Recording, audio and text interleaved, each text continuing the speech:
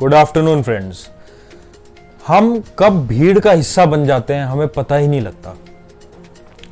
पहले school life, फिर उसके बाद कॉलेज में घुसने का कंपटीशन, उसके बाद जो है कॉलेज के बाद फिर वही जॉब। और जॉब में भी आप एक चीज देखिए, एक रूटीन जो है, जिस टाइप का रूटीन है, मैं अगर अपनी बात करूं तो मेरा जो रूटीन था वो रूटीन ऐसा था कि मैं कब भीड़ में खो गया मुझे पता ही नहीं चला। सुबह उठना, गाड़ी से मेट्रो स्टेशन तक जाना, वहां पे गाड़ी खड़ी करना, फिर मेट्रो से ऑफिस जाना 1 घंटा लगा के, फिर मेट्रो स्टेशन से उतर के पैदल ऑफिस तक पहुंचना, और उसके बाद ऑफिस में वही रूटीन डेली, वही काम, वही लंच ब्रेक 1 घंटे की, वही टी ब्रेक, वही फिजूल की पॉलिटिक्स बातें, ठीक है, इस टाइप की बातें। और उसके बाद फिर शाम को झोला उठा के वापस घर आ जाना इसी रास्ते से।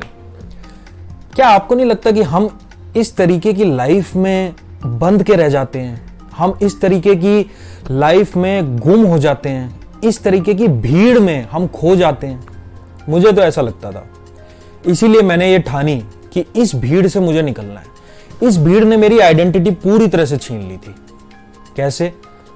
कि मैं क्या हूं मुझे ये समझ में ही नहीं आ रहा था।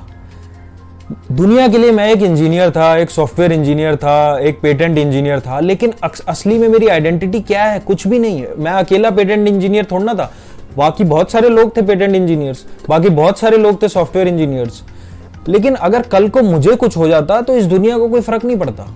इस दुनिया को पता भी नहीं चलता कि एक सॉफ्टवेयर इंजीनियर इंडिया के दिल्ली शहर में कहीं बैठा या काम कर रहा है, दिल्ली एनसीआर में, और वो आज नहीं रहा तो किसी को कोई फर्क नहीं पड़ रहा है।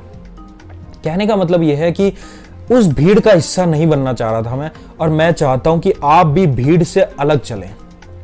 इसका यह मतलब नहीं कि आप अपनी जॉब छोड़ के मोटिवेशनल स्पीकिंग करने लग जाएं मेरी तरह से।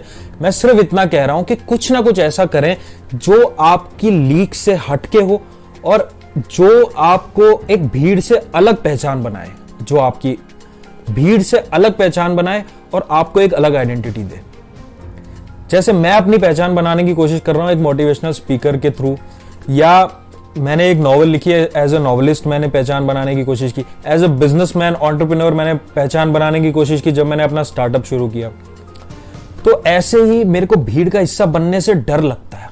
मुझे लगता है कि पता नहीं मैं इस भीड़ में कहीं गुम ना हो जाऊं, कहीं खो ना जाऊं, कहीं लुप्त ना हो जाऊं, कहीं मैं इस भीड़ में what if I am lost, इस तरीके की थॉट्स मेरे दिमाग में आते थे। तो मैंने सोचा नहीं, मुझे इस भीड़ का हिस्सा ही नहीं बनना।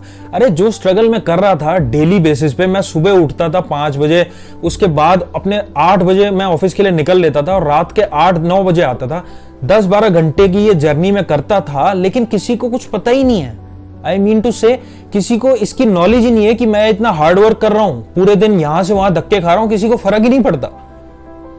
तो कहने का मतलब यह है, अपनी लाइफ ऐसी तो बनाओ कि आप इस दुनिया से जाओ, एटलीस्ट किसी को पता तो चले, फर्क पड़े या ना पड़े, लेकिन कम से कम 4 आदमियों को पता तो चले कि हाँ आप भी इस दुनिया में आए थे। अगर पूरे दिन बस और मेट्रो में धक्के खाते रहोगे और कंप्यूटर के आगे कोड करते रहोगे तो किसको क्या घंटा पता चलेगा?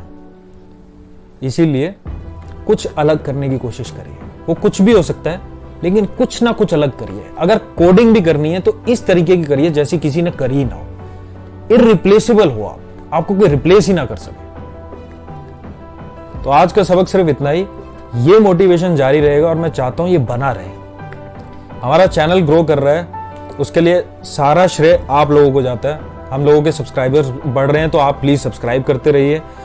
व्यूज आ रहे हैं तो आप व्यू करिए, आप लाइक करिए, आप कमेंट करके बताइए, आप शेयर करिए लोगों के साथ, और मुझे जरूर बताइए मैं कैसा काम कर रहा हूं। मुझे जान के बहुत अच्छा लगेगा अगर मैं अच्छा काम कर रहा हूं, और ये जान के भी अच्छा लगेगा कि कहां मैं गलत कर रहा हूं।